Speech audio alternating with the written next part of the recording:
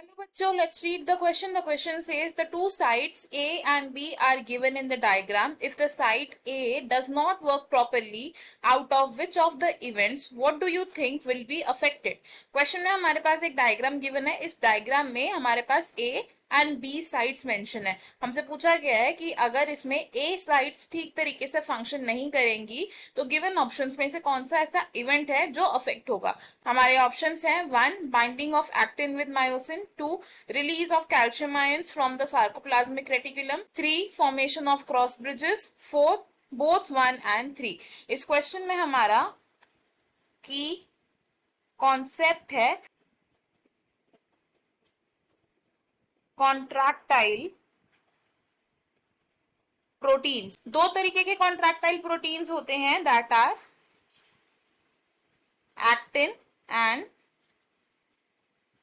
Myosin. जो actin है it is composed of thin filaments और myosin is composed of thick filament. अब अगर इनमें से हम बात करें मायोसिन की, तो मायोसिन को हम बोल सकते हैं polymerized protein which is composed of monomeric units. तो myosin is composed of monomeric units and इन मोनोमेरिक यूनिट्स को हम क्या बोलते हैं, these are called meromyosin. And ये मेरोमायोसिन क्या कहते हैं, they collectively constitute the thick filament. अब अगर हम बात करें एक मेरोमायोसिन की, ईच मेरोमायोसिन में क्या प्रेजेंट होता है, एक ग्लोब्यूलर हेड प्रेजेंट होता है. It has a globular head with short arm, head with short arm and साथ में क्या प्रेजेंट होता है, इट हैज अ टेल. जो globular head with short arm है इसको हम रेफर करते हैं एज हेवी मेरोमायोसिन, या हम इसे HMM बोल सकते हैं. एंड टेल को हम रेफर करते हैं as light meromyosin which is LMM. अब जो ग्लोब्यूलर हेड है मेरोमायोसिन का, ग्लोब्यूलर हेड, ये ग्लोब्यूलर हेड क्या है, it is an active ATPase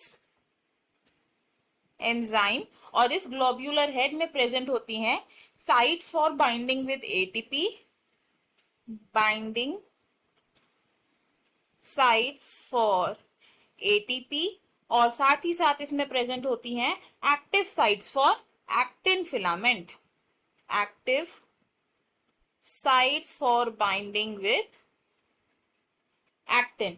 अब अगर हम डायग्राम देखें तो हमारे पास ये डायग्राम गिवन है जिसमें ए क्या है, A here is the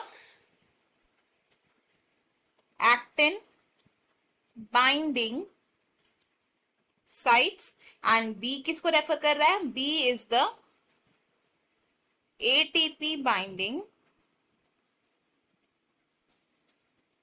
sites of the meromyosin. अगर ए साइट्स यानी एक्टिन बाइंडिंग साइट्स ठीक तरीके से फंक्शन नहीं होंगी तो क्या होगा, first if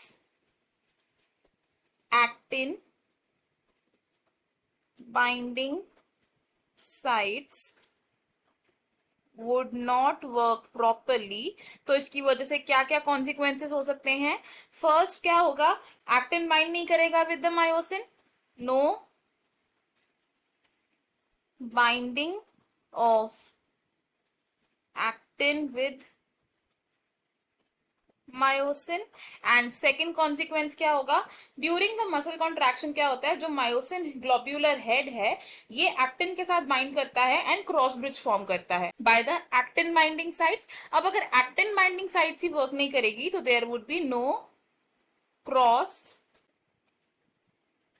bridge formation during the muscle contraction. Option देखें तो इनमें से ऐसा क्या है जो इफेक्ट होगा जब ए साइड्स काम नहीं करेंगी, तो हमारा करेक्ट आंसर होगा यहाँ पर ऑप्शन 4, बिकॉज जब ए साइड्स काम नहीं करेंगी यानी कि एक्टिन बाइंडिंग साइड्स काम नहीं करेगी तो एक्टिन और मायोसिन की बाइंडिंग इफेक्ट होगी and cross bridge formation effect होगा। तो ऑप्शन 1 को हम रॉन्ग कंसीडर करेंगे बिकॉज सिर्फ यही हमारा करेक्ट आंसर नहीं है। ऑप्शन 2 भी रॉन्ग होगा because release of calcium ions actin binding sites के साथ एसोसिएटेड नहीं है। एंड ऑप्शन 3 भी रॉन्ग होगा बिकॉज सिर्फ यही करेक्ट आंसर नहीं है। इस क्वेश्चन में हमारा फाइनल आंसर होगा option number 4। I hope you have understood it well. Best of luck. Thank you.